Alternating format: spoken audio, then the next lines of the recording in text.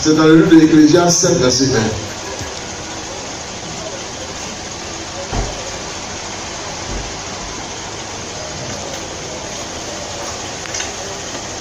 1. Ecclésiaste 7, verset 1. Je demande à un lecteur. Ecclésiaste 7, verset 1. Une bonne réputation vaut mieux que le bon parfum, et le jour de la mort que le jour de la naissance. Amen. Amen. On ne va pas mourir maintenant. Donc on va vivre encore longtemps. C'est le premier, la partie A qui nous intéresse ce matin. On parlera plus tard dans la mort des assassins, c'est pas maintenant. On va vivre encore longtemps sur la terre au nom de Jésus-Christ. Soyez-en sûrs. Même si le diable vous perturbe, si vous faites peur, mais sachez que vous avez encore du temps à vivre sur la terre. Voilà. Il n'y a pas une autre version? Dans ta Bible, là, ce n'est pas le français qui est dit là, qui est écrit. Est-ce qu'il y en a pas?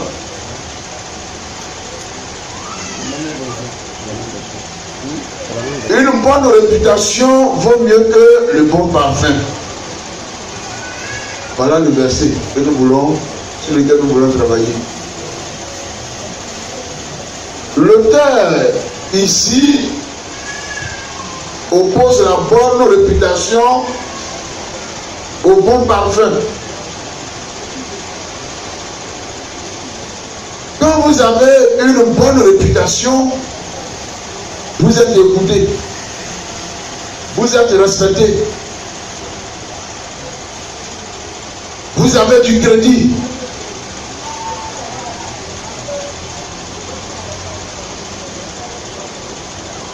Avoir une bonne réputation est la chose la plus importante de la vie du chrétien. Quand on a une bonne réputation, c'est une très bonne chose. Dans la vie des chrétiens surtout, c'est important. Dans la vie des hommes même que nous sommes, c'est très important.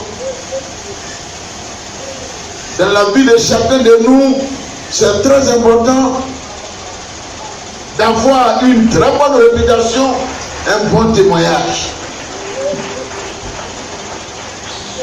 En tant qu'enfant de Dieu, il n'y a pas de signe particulier pour dire que celui-là, il est enfant de Dieu, il est chrétien.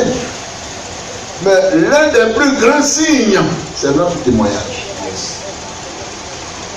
C'est notre réputation. Par ta réputation, on peut reconnaître à quelle famille tu appartiens. Si tu es enfant de Dieu ou si tu es enfant de ce monde. Et nous devons comprendre que c'est important pour tout enfant de Dieu d'avoir un bon témoignage, une bonne réputation. On peut faire des projections sur 2 ans, sur plusieurs années, sur plusieurs temps, mais avec Dieu, c'est au quotidien. Une réputation, c'est chaque jour, avec Dieu, c'est au quotidien. On n'attend pas demain pour aimer. Il faut aimer aujourd'hui.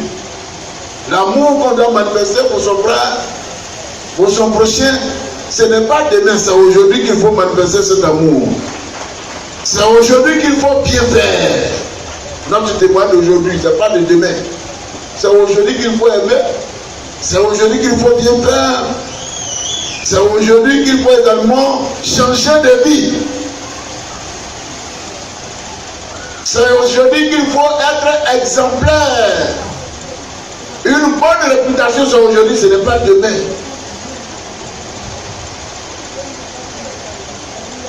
C'est aujourd'hui également qu'il faut cultiver la vie de pardon. En tant que chrétien, je dois tout faire pour que le nom de Dieu soit glorifié.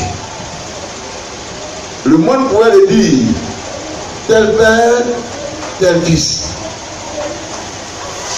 Nous sommes des enfants de Dieu, des fils de Dieu. Et notre vie doit refléter la vie de notre Père.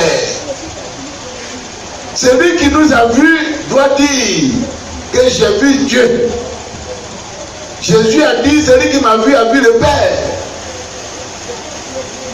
Et qu'est-ce qu'il voulait nous dire? Il voulait dire qu'il a la vie du Père. Il vit la vie du Père.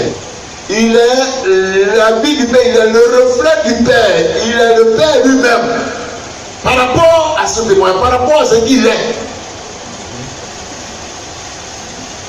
Donc celui qui l'a vu a vu le Père.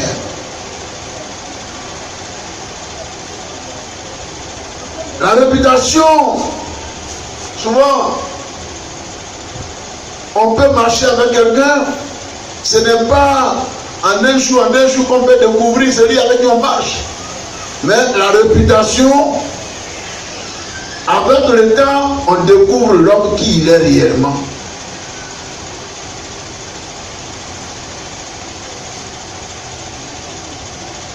Pour acquérir la bonne réputation, le chrétien doit poser quotidiennement des actes ou des actions. Quotidiennement, il doit poser des actions. Il doit marcher dans la vérité, dans la charité, dans la pureté, dans l'honnêteté, dans le don. Il doit aussi avoir le don de soi. Chaque jour que nous marchons, nous devons alors poser des actions, de très bonnes actions. La Bible nous recommande de faire toutes choses pour la gloire de Dieu. Tout ce qu'on fait doit être pour la gloire de Dieu. Si je suis en train de parler, il faut que la vérité qui est pour la gloire de Dieu soit dans ma bouche. Si je suis en train de mener une action, même évangéliser, il faut que ce soit pour la gloire de Dieu. Tout doit être fait pour la gloire de Dieu. On ne doit rien faire. Il soit content. L'apôtre Paul l'a dit, si c'était encore pour plaire aux hommes, je ne serai pas appelé serviteur de Dieu. Si je suis enfant de Dieu, c'est pour plaire à Dieu. C'est pour faire ce qui est bien aux yeux de Dieu. C'est pour faire ce qui est juste, ce qui est parfait. Donc, un enfant de Dieu doit alors avoir une bonne, très très bonne réputation. C'est très important pour nous. Avoir une très bonne vie. Le parfum représente dans ce texte tous les artifices qu'on peut utiliser pour séduire ou corrompre les autres.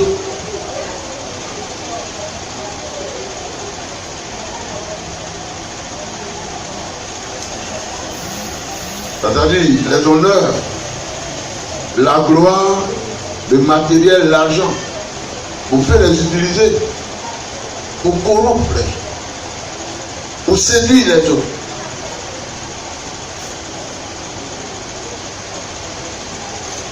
La Bible appelle cela un bon parfum. Ce sont des artifices.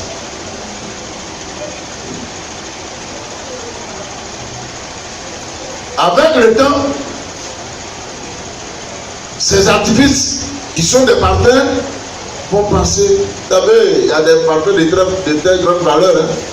Des parfums qui sont très bons, de très bonne odeur. On peut les mettre dans les vêtements. Un jour, ça y est là. 2 jours, 3 jours.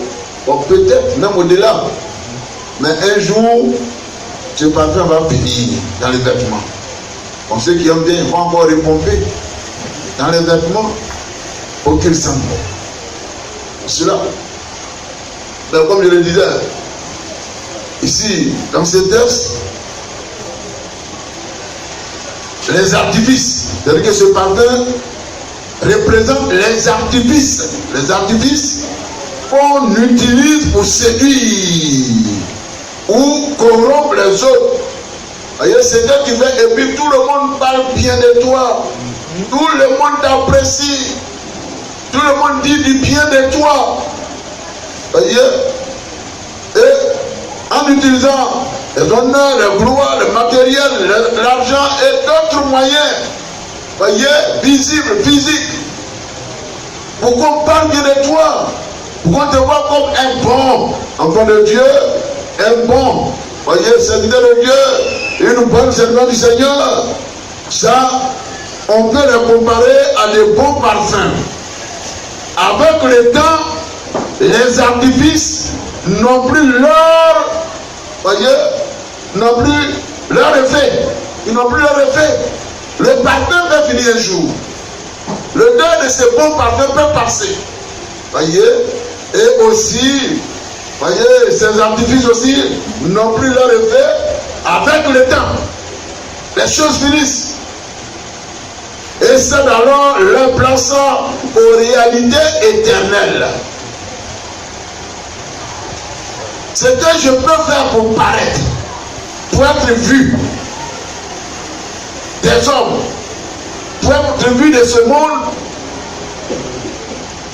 je dis bien ce que je peux faire pour être vu de ce monde, dans ce monde, pour être apprécié par ce monde, ce sont des parfums, ce sont des artifices.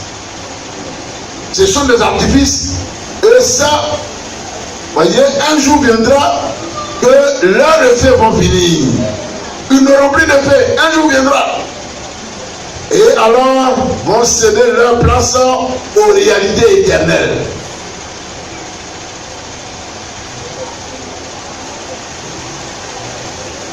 Ça va finir. Les choses auxquelles nous sommes attachés dans ce monde et qui font qu'on a des honneurs, qu'on est respecté, tout ce qu'on peut avoir qui fait des hommes de grande valeur dans ce monde, des hommes respectés dans ce monde, qui font que le monde parle bien de nous, le monde nous apprécie, nous trouve meilleurs. La Bible dit, ce sont des artifices. Ce parfum-là, un jour viendra où nous n'aurons pas leur effet, ça va passer. C'est pourquoi l'auteur dit, une bonne réputation vaut mieux qu'un bon parfum. Le parfum, les odeurs, l'odeur va passer. Et ce parfum comparé à ce monde, à tout ce que nous avons dans ce monde, qui font de nous, voyez, des personnes qui sont appréciées, qui sont aimées, c'est comparé au parfum de bonne odeur de grand prix. Mais un jour viendra que ces artifices-là vont finir. Vont finir et alors vont faire face ou cèdent leur place aux réalités éternelles. C'est la chose qui vont prendre fin. Ça ne va pas continuer.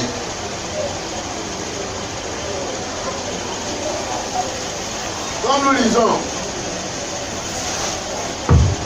nous lisons dans le livre de Matthieu 7. Matthieu 7. À partir du verset 25.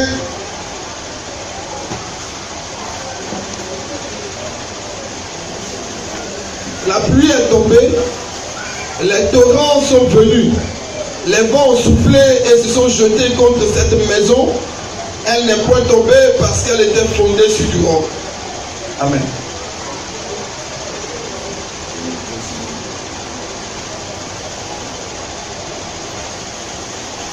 Ici, il s'agit de deux personnes qui ont bâti chacun une maison.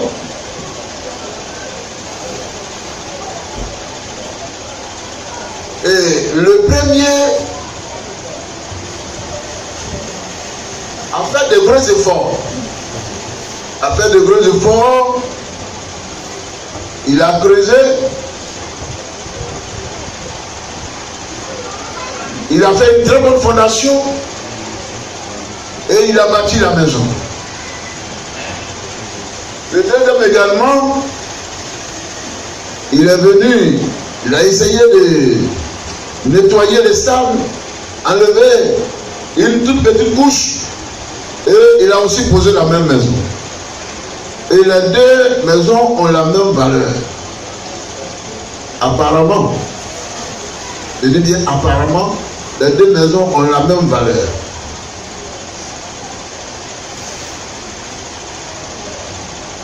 Et lorsque les conditions atmosphériques sont venues, une des maisons est tombée. Une des maisons est tombée. Et pourquoi la maison est tombée? Parce que la maison n'a pas eu de fondement, n'a pas eu de fondation, n'a pas eu de force à tenir, à résister aux intempéries, aux conditions atmosphériques. Et la maison a finalement cédé. Elle est tombée. Elle s'est écroulée.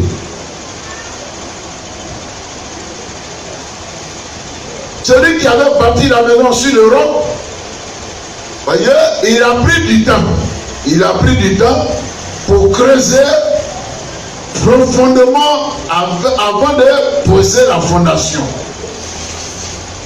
Cependant, face aux épreuves de la vie, ce qui au départ ne frappait pas physiquement, je dis qu'il ne frappait pas physiquement, alors c'est-à-dire la fondation enfouie dans la terre a fait la différence. La fondation a fait la différence. L'autre maison est tombée. Mais qu'est-ce qui fait que l'autre n'est pas tombé? C'est parce qu'il y a eu une très bonne fondation. La fondation, la partie qui perd la solidité de la maison, qui tient la maison, la fondation, c'est elle qui permet à une maison de résister aux intempéries, de résister à toutes les situations qui peuvent intervenir, pour résister aux conditions atmosphériques. C'est le soubassement. Sans le soubassement, la maison ne peut tenir. Et c'est ce qui a été là. Et la fondation, comme je le disais tout à l'heure, a fait la différence. Cette fondation, on peut la comparer à notre relation avec le Seigneur Jésus-Christ, à la vie spirituelle. À la vie spirituelle. Ce qui fait la différence, quand il y a des épreuves, ou quand les épreuves surviennent dans la vie d'un enfant de Dieu ou des enfants de Dieu, ce qui fait la différence, c'est leur relation avec Dieu. C'est leur intimité avec Dieu. C'est comment ils marchent avec Dieu. C'est leur vie spirituelle. Le sérieux, l'effort qu'ils font pour se débarrasser d'un certain nombre de choses, pour que leur vie soit fondée sur Jésus-Christ. Or, pour que ta vie soit pour base ou fondement Jésus, il y a de gros efforts à fournir. Il y a des sacrifices à faire. De grands sacrifices. Aujourd'hui, nous voulons voir de grandes choses dans notre vie. Nous voulons voir la gloire de Dieu dans notre vie. Nous voulons voir la manifestation de Dieu dans notre vie. Nous voulons rentrer dans des bénédictions. Voyez, avec Jésus-Christ. Mais souvent, on n'est pas prêt à faire des efforts. Cet homme, il a pris tout son temps. Il a fait assez de sacrifices. Il a creusé. Il a posé sa maison. Les conditions atmosphériques n'ont pas pu tenir, n'ont pas pu résister, n'ont pas pu, voyez, l'ébranler. Il est resté solide. Il est resté solide. Année après année, la maison est tenue. Une maison bien bâtie, elle dure, elle est là pour longtemps. Et celui qui n'a pas voulu faire d'effort, sa maison est partie, voyez, est tombée. Et donc, En tant qu'enfant de Dieu, notre vie à nous, sur quoi nous la bâtissons? Sur le sang ou sur le roc? Est-ce que nous fondons notre base, notre fondement, notre vie, est-ce qu'elle est vraiment sur le roc de Jésus-Christ? Il y a plusieurs aujourd'hui qui préfèrent poser la maison sur le sable. Et apparemment, tous sont enfants de Dieu. On nous a prévenu, voilà les enfants de Dieu qui s'en vont. Ils sont beaux, ceux qui annoncent les pieds de ceux qui annoncent l'évangile. Ils sont bien habillés. Enfants de Dieu, on acclame, on danse. Voyez, et on fait tout. On dit, la gloire de Dieu dit, ça c'est le peuple de Dieu. L'église est remplie. Mais sur quoi nos vies sont bâties? Sur quoi? Je vous disais tout à l'heure que ce qui fait la différence, c'est le soubassement. La chose la plus importante dans la vie d'un homme, c'est son témoignage. En tant qu'enfant de Dieu, on peut, c'est vrai, donner des prophéties, c'est bon. On peut parler en langue, c'est bon. On peut prier beaucoup, c'est bon. On peut jeûner beaucoup, c'est bon. Mais quelle est ta vie après toutes ces choses? Qu'est-ce que tu laisses? Qu'est-ce qui es-tu réellement? Je n'ai pas bien de le dire, mais je vais le dire. Il y a un collègue qui m'a remplacé sur un champ d'émission. Il faut boire, il faut citer tous les versets du Christ. Mais quel est le témoin de ta vie, ta relation avec Dieu? C'est ça qui résiste quand le diable se lève contre toi. C'est ça qui te permet de tenir longtemps dans cette marche avec Dieu. C'est ça qui fait, voyez, la valeur de ta vie spirituelle. La partie qu'on ne voit pas, ton intimité avec Dieu. Yes. Comment tu vis avec Dieu? Quelle est ta relation avec le Seigneur Jésus-Christ? Tu parles à lui, c'est bon. Tu prophétises, c'est bon. Mais comment ta vie? Est-ce que tu as un bon témoin vis-à-vis du Seigneur Jésus-Christ? Vis-à-vis même des païens? Quelle est ta réputation?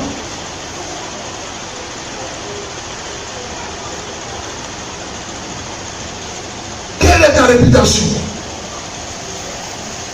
Et souvent, à cause de certains n'ont pas une bonne vie, il y a des personnes qui disent que mais moi je ne peux pas aller à l'église parce que je connais les chrétiens.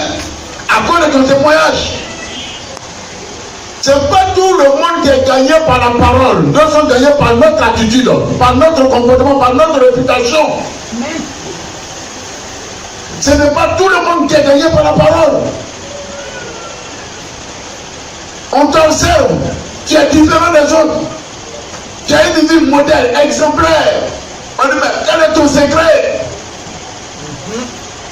On dit, c'est un enfant de Dieu, mais s'il te plaît, il faut que j'y vais là-bas. Viens là-bas. Mais qu'est-ce qu'on dit de toi? Là où tu vis, là où tu dors. Là où tu dors, là, quel est ton témoin là-bas? Où tu travailles là, dans le marché où tu vas là, on te reconnaît comme une femme palabreuse là-bas. Quel est ton témoignage? Dans les services. Daniel a été épié lorsqu'il était encore dans la grande Babylone. Les gens se sont organisés pour le piller, pour chercher à savoir qu'est-ce qu'il est, qui il est, est-ce qu'il a une bonne vie. La Bible dit qu'ils ont trouvé, n'ont pas trouvé de péché en Daniel.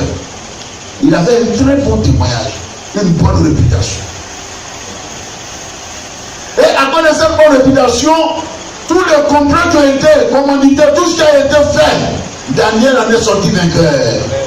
Parce que sa vie est bâtie sur du roc. Personne ne peut détruire cette vie-là.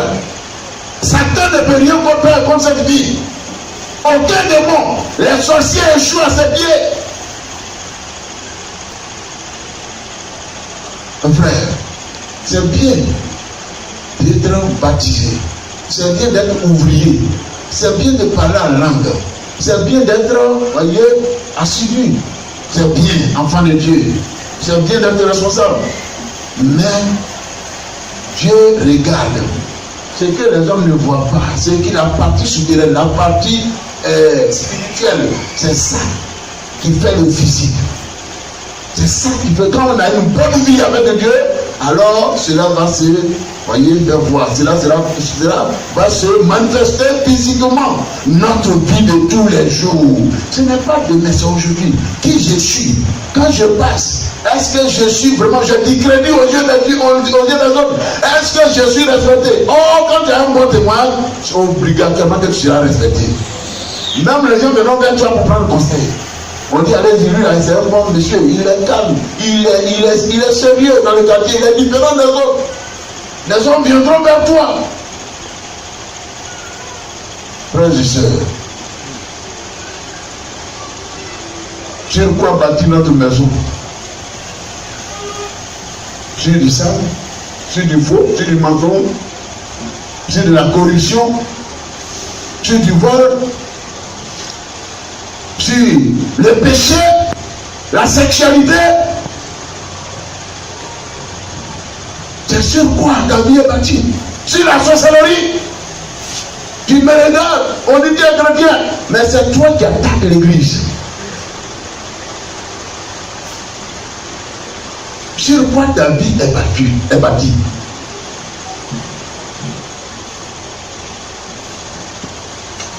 Très important.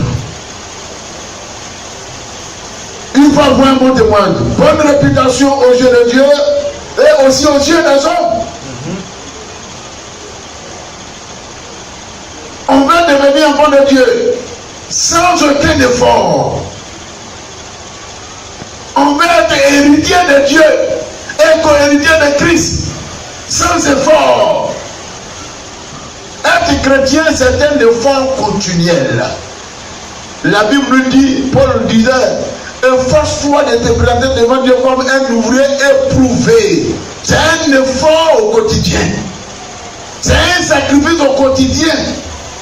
Tu dois toujours faire de gros efforts pour ne pas souiller ta vie, pour ne pas souiller ton vêtement, pour ne pas que tu sois.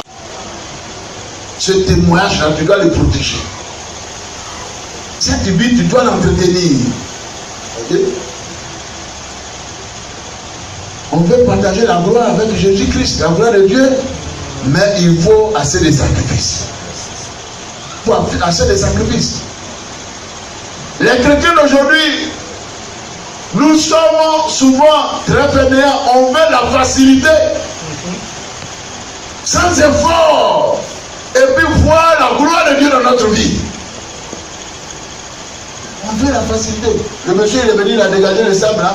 C'est le symbole de la facilité. Il n'est pas prêt à souffrir pour creuser longtemps, c'est pas facile. Ça, c'est des efforts qu'il va fournir. Et puis après, il y a des sacrifices, avec s'il creuse beaucoup, il lui faut beaucoup de ciment pour faire le soubassement, remplir et sortir. Tout ça, là, c'est beaucoup de dépenses. Je préfère faire des choses à la légère. Il y a beaucoup de chrétiens qui sont légers aujourd'hui. Ils sont très légers dans leur engagement. Et ils prennent Dieu pour leur ami.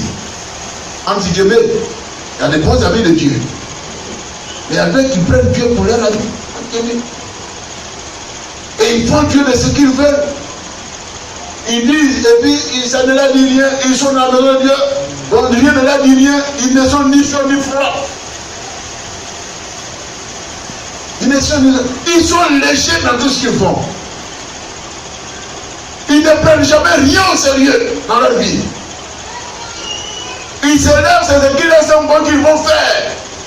Pourvu que j'appartienne à une église, je suis de la communauté baptiste œuvre mission, un point, un trait. Non. Tout ce qui est artifice là va finir demain. Il va faire place, voyez, aux réalités éternelles. La Bible dit que ce que vous voyez, le monde que vous voyez, le monde va passer. Les plus belles maisons que vous voyez, elles vont passer. Les grosses voitures que vous voyez, elles vont passer. La terre et tout ce qui est dans laquelle vont passer. Mais la parole va résister à jamais.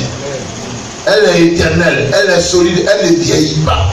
La parole est la même, hier, aujourd'hui, éternellement. Quand ta vie est sur cette parole-là, tu ne passes jamais. Tu ne finis jamais. On préfère bâtir notre vie sur le monde. On a passé tout sur le monde et on vit le monde. C'est le monde sur lequel on a posé notre vie sur le monde. Et ce monde-là va passer. Si tu es dans le monde, tu passeras avec le monde. Ce sont des artifices. Ce monde physique-là, voyez, c'est un parfum. On voit beaucoup de bonnes choses dedans. Mais la Bible dit que ce sont des artifices. Ça va passer. Ce sont des artifices, des bons témoignages, la bonne vie. C'est la relation avec Dieu, le bon comportement qu'on peut entretenir. Le bon comportement, la bonne marche avec Dieu. C'est pourquoi il est important que les enfants de Dieu que nous sommes, nous nous démarquons de ce monde. Pour une très bonne relation avec le Seigneur. Nous nous démarquons de ce monde. Pour planter les drapeaux de Dieu partout où nous passons. Pour dire aux hommes qu'il y a encore des hommes qui sont encore, voyez, des hommes qui ont une bonne vie encore dans ce monde. C'est fini. Le monde aujourd'hui, les hommes appellent le bien mal, le mal bien. Mais qu'est-ce que nous faisons, mes frères et sœurs? Qu'est-ce qu'on fait? On lit ce passage pour finir, pour tirer la conclusion. Malachie 3, verset 16 et 18. Verset 16, verset 18. Il dit: mais ceux qui sont fidèles à l'Éternel se sont entretenus les uns avec les autres, et l'Éternel a prêté attention à ce qu'ils se sont dit. Il a attendu. Alors il a écrit un livre devant lui, pour que soit conservé le souvenir de ceux qui sont fidèles à l'Éternel et qui le révèrent. Au jour où j'agirai, déclare l'Éternel, le Seigneur des armées célestes, ces gens seront pour moi un trésor précieux. J'aurai compassion d'eux, tout comme un père a de la compassion pour un fils qui le sert. Alors à nouveau, vous verrez qu'il y a une différence entre les justes et les méchants, et entre celui qui sert Dieu et celui qui ne le sert pas. Amen. Il y aura une différence entre ceux qui ont une bonne réputation. Parce que Jésus a un très bon témoignage. Et tous ceux qui sont ses serviteurs ont une bonne vie, ont un bon témoignage. Et Dieu dit, le temps viendra où il mettra la différence entre ceux qui les servent et ceux qui ne le font pas. Ceux qui ont une bonne vie et ceux qui ne l'ont pas. Ceux qui ont une bonne vie. Et nous serons tous devant la réalité. Tout ce qui cache notre être intérieur là, tout ce qui cache notre vraie vie, voyez, ce sont des artifices. Ça va finir de dire qu'on verra qui tu es réellement. Ce que tu es là va se révéler, voyez, très prochainement. Parce que nous sommes en train d'évoluer vers la mort. Chaque jour que Dieu fait. Il faut rentrer dans l'éternité. Alors, sur quoi bâtis-tu ta vie? Sur le monde et des artifices. Sur le monde ou sur la parole qui résiste au temps? Sur quoi bâtis-tu ta maison? Tu veux plaire au monde? Tu veux tout avoir? Tu veux vraiment, tu as des ambitions, tu as de grandes ambitions, au point où des fois, c'est d'être n'est pas vraiment de la paix. Il y a la corruption, il y a le corrompu, il y a beaucoup de choses. Il y a aussi la séduction, il y a la sexualité, et il y a beaucoup de choses pour atteindre nos objectifs, pour réaliser nos ambitions. La Bible dit que tout ça, ce sont des artifices. Le monde que le diable est en train de nous mijoter, que le diable nous présente matin, midi, soir, ce monde-là va passer, va finir. Parce que ça ne résiste pas. Regardez l'évangile. Quand on lit les évangiles aujourd'hui, quand on lit la parole de Dieu aujourd'hui, c'est comme si c'est aujourd'hui la personne a assis et puis il a écrit la Bible. Il est toujours dans le temps. Les chrétiens ne passent jamais. Gloire au Seigneur. Amen. Gloire au Seigneur. Amen. Aimons la parole de Dieu. Bien-aimés, aimons la parole de Dieu. en elle. Demeurons dans la parole. Attachons-nous à elle. Elle est la vie. Voyez, elle est la santé pour tous ceux qui s'attachent à elle. Elle est la source de la vraie bénédiction. Tu as besoin d'une très bonne santé. Résister aux attaques, aux sorciers, aux puissants de ce monde. Demeure dans la parole de Dieu et nul ne pourra rien contre toi.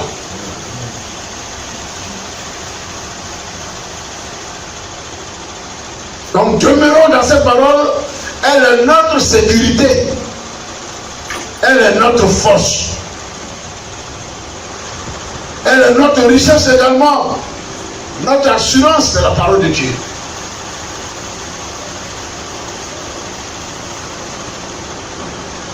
Celui qui tourne le regard vers l'Éternel ne sera jamais confus. Et sera toujours, son visage sera toujours rayonnant de joie. La vie est dans la parole. La solution de toutes vos situations est dans la parole. Tout est dans la parole. Alors faisons un effort pour avoir une bonne vie avec Dieu. Pour que notre vie soit, voyez, agréable. Et que ceux qui nous regardent voient en nous la valeur de la vie chrétienne, la valeur réelle de la parole de Dieu.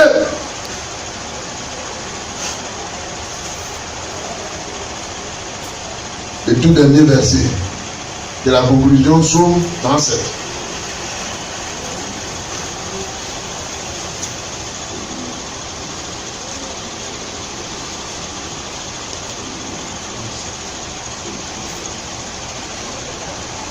Psaume 37, verset 25. Psaume 35, verset 25 à 31. J'étais un enfant et me voilà vieux. Jamais je n'ai vu celui qui est juste être abandonné, ni ses descendants mendier leur pain. Tout au long des jours, il a compassion et il prête aux autres. Ses enfants seront en bénédiction. Évite le mal, accomplis le bien. Tu demeureras pour toujours. Car l'Éternel aime qu'on suive le droit. Et ceux qui le servent ne seront jamais délaissés par lui. Ils seront gardés éternellement, mais les malfaisants seront supprimés.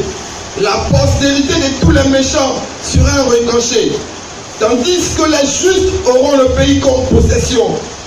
Ils l'habiteront éternellement. Des paroles sages sortent de la bouche de ceux qui sont justes, et leur langue parle selon la droiture. La loi de leur Dieu est gravée dans leur cœur, et les garde à l'abri de tous les faux pas. Le méchant et puis le juste, ils cherchent à le mettre à mort. Amen. Ce sont les gros avantages que nous révèle ici David. Vous voyez, quelqu'un qui a une bonne vie, quelqu'un qui a une relation parfaite avec Dieu, quelqu'un qui marche dans la volonté du Seigneur, voilà ce qu'il devient.